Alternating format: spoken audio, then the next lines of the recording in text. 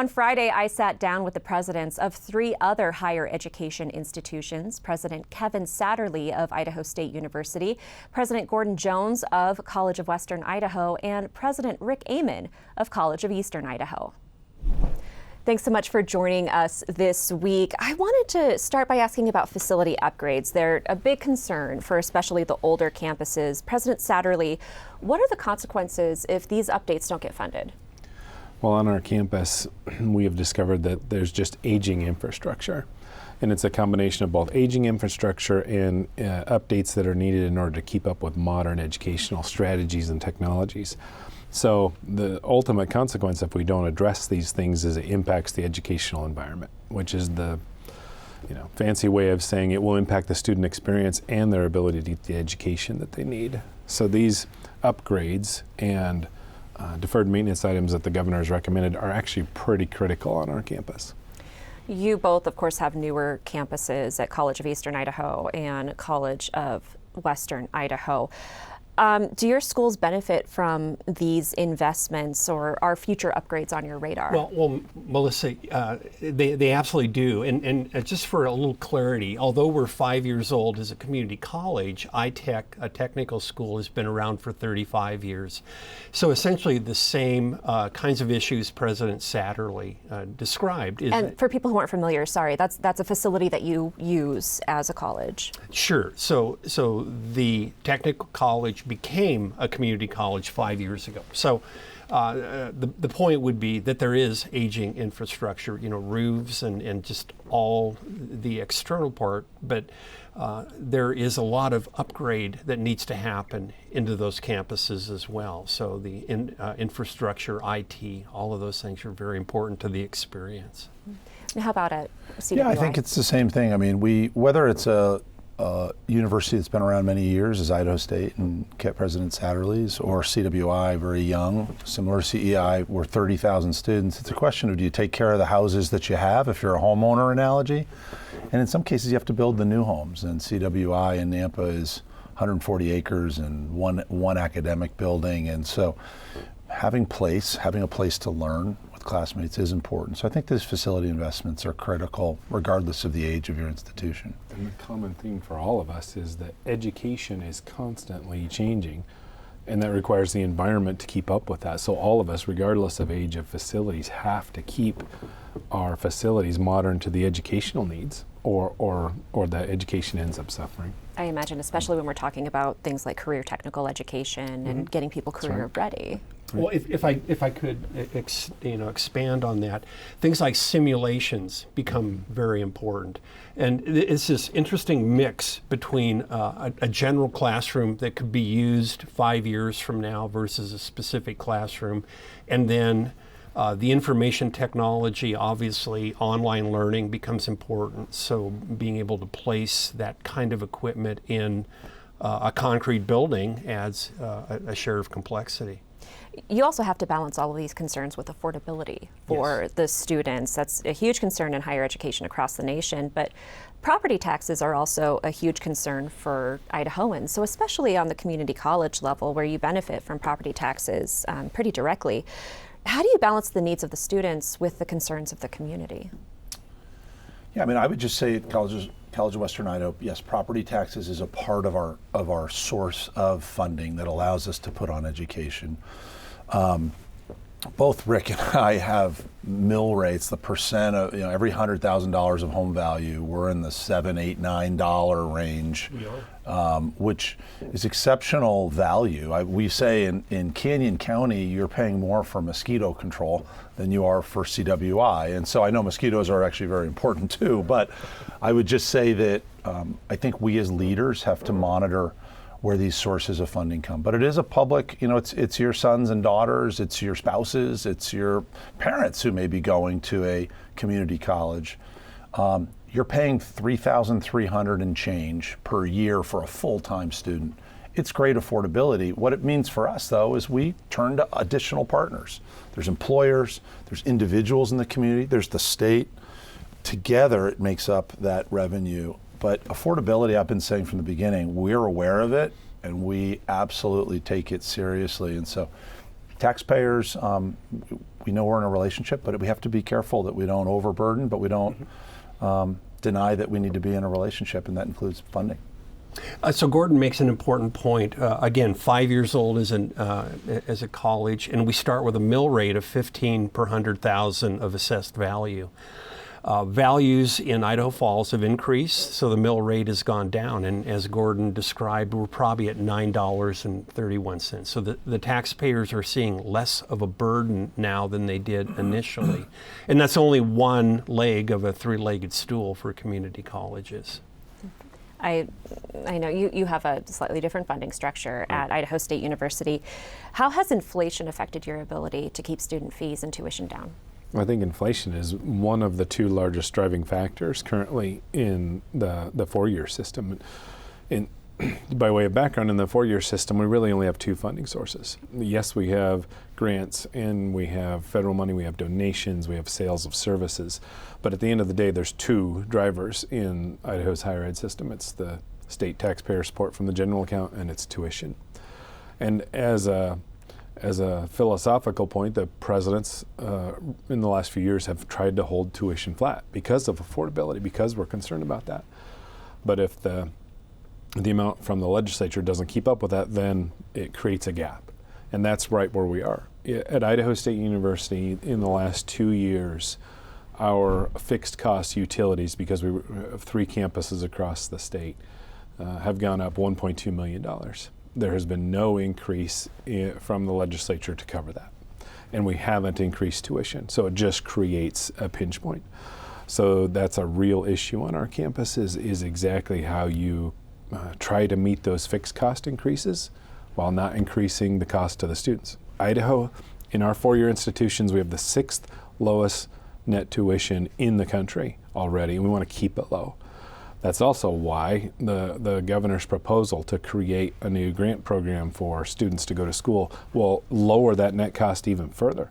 Idaho is going to become one of the most affordable states in the union to go to college for all of us, and that's what makes that so exciting. Let's talk a little bit about that phase of the Idaho Launch Program. So that would be $8,500 in dollars for graduating Idaho seniors to attend a public institution in Idaho. If we're looking at a place like CWI, you have phenomenal enrollment across the Treasure Valley. How do you anticipate that affecting student enrollment and involvement? When I go out and I talk to K-12 superintendents, often those that are 5 more miles from our campus, I'm thinking of Superintendent Gilbert in Mountain Home, let's say. One of the biggest challenges, and viewers may or may not be aware that we have a go-on rate, the rate of high school students that go on to post-secondary education or the military or other options, that's not where we want it to be. It's 37% at the most post-COVID numbers. And it's been low for a long time. Correct. And the reason that matters is because while I'm a big believer there's a lot of ways to make a wonderful life and a living, it may or may not require post-secondary. Many jobs are going unfilled in this state, and we're having to have employers that scramble that could use Idahoans that need that step for post-secondary. And so anything like a grant funding that can allow for that to happen, when I talk to a superintendent, it's often cost that they say is one of the biggest drivers that says, students say, not right now. And sometimes not right now becomes never. And let's be honest, there's a lot of skill sets that every one of us have, whether we go to school, college, or not. And if universities, if community colleges can help unlock that with some training, some learning, it's going to help this state. And so I'm certainly a big supporter. I think it could be a real game changer. I think we all are supporting the governor's initiative. $8,500 for Gordon and I.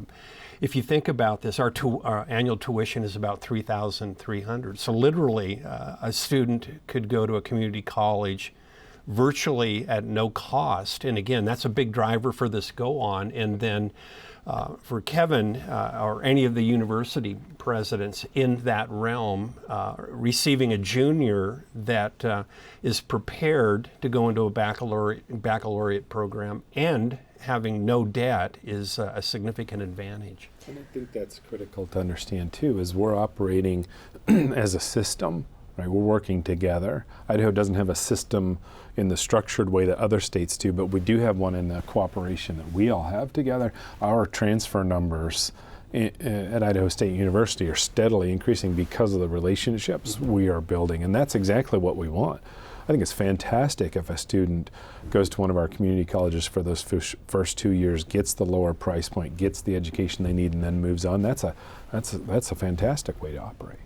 You know, you brought up something earlier about making sure that your institutions are meeting the needs of Idaho employers and understanding what the economy needs. So there's the issue of what the economy needs right now, and we've heard especially that that's medical workers and certain jobs in the education realm. But there's also what Idaho might need in the future. How do you anticipate what Idaho's economy might need in those coming years versus what the economy needs right now?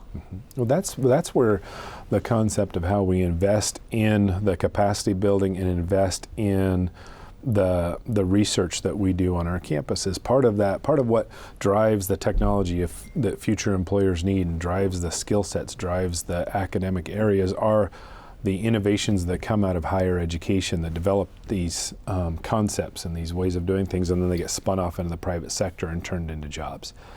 So when you fail to invest in that infrastructure now, then we will be behind 10 years from now. But if we can work on those things now, they lend themselves to keep driving in the economy. It's why every one of us spends so much of our time staying in contact with business and industry and talking to the employers. What do you need? What do you need to see from our graduates? That's the key, is to keep that linkage open. I think in particular, let's talk Eastern Idaho for a second, and both Kevin and I are both of our institutions support Idaho National Lab, and as you think about that, it is a world-class lab in the area of cybersecurity, in the area of small modular reactor, energy innovation technology. All of those kind of things are very important. We have to listen to our employers and build our programs. So sometimes we talk about the Wayne Gretzky model, right? We should skate to where the puck is going to be, and all of us attempt to look in the future and look at those family wage jobs that are going to emerge. I think the other thing I'd add is, look, we all recognize there's a tension between the needs of today and tomorrow. I think there are leaders, my colleagues, I certainly believe the same thing, which is that you can't bet on everything, right? Not everything that we anticipate 10 years from now is going to be there. So being in touch with employers is really important. I think we also realize as a state we can't do everything. We have to be choiceful. So I think the question as leaders we have to make is, what are those longer term ones, bets?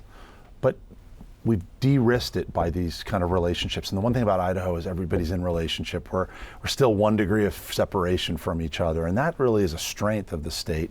But there's also today, I got 300 public safety officers that are post facility for police officers, firefighters, teachers. Those don't require a lot of insight. And so there's both we're doing. And I think we have, the beautiful thing about our state is we have leaders who are asked to lead their institutions, and I think that's something we try to shepherd. But it's a real tension, but we'll work it out. And we only have a couple minutes left, but I did want to ask, you're investing so much work into training up these students for workforce readiness, but you can't control what they do after they graduate. What would you like to see from the Idaho legislature to make Idaho a more welcoming place so your graduating students don't go and contribute their skills in Washington or Utah? I think it's less of an issue for a CWI in this, and maybe community colleges, but I'm not by a border.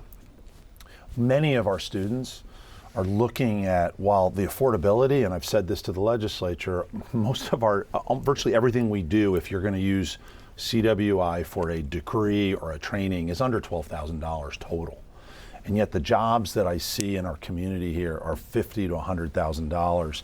98% of our students at CWI are from Idaho. 88% are from Canyon and Ada County.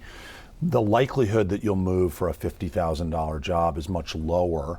And we typically see students coming from the community and returning right to the community they're in. So I'm going to defer to my colleagues on where they may face this challenge. One of the things that I talk to a lot of prospective employers when they come into Eastern Idaho and in Treasure Valley because of our campus here.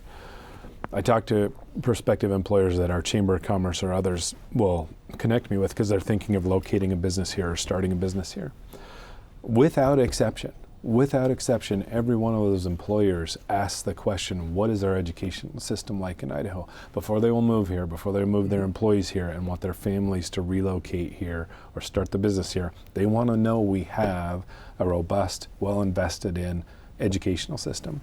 So if I had one ask to the legislature is make sure that our educational system from K through 12 through higher ed is one that our employers want to bring their employees to. That's the ask. And we're going to have to leave it there. Thank you so much for joining us today. This was a great discussion. Of course. Thank you.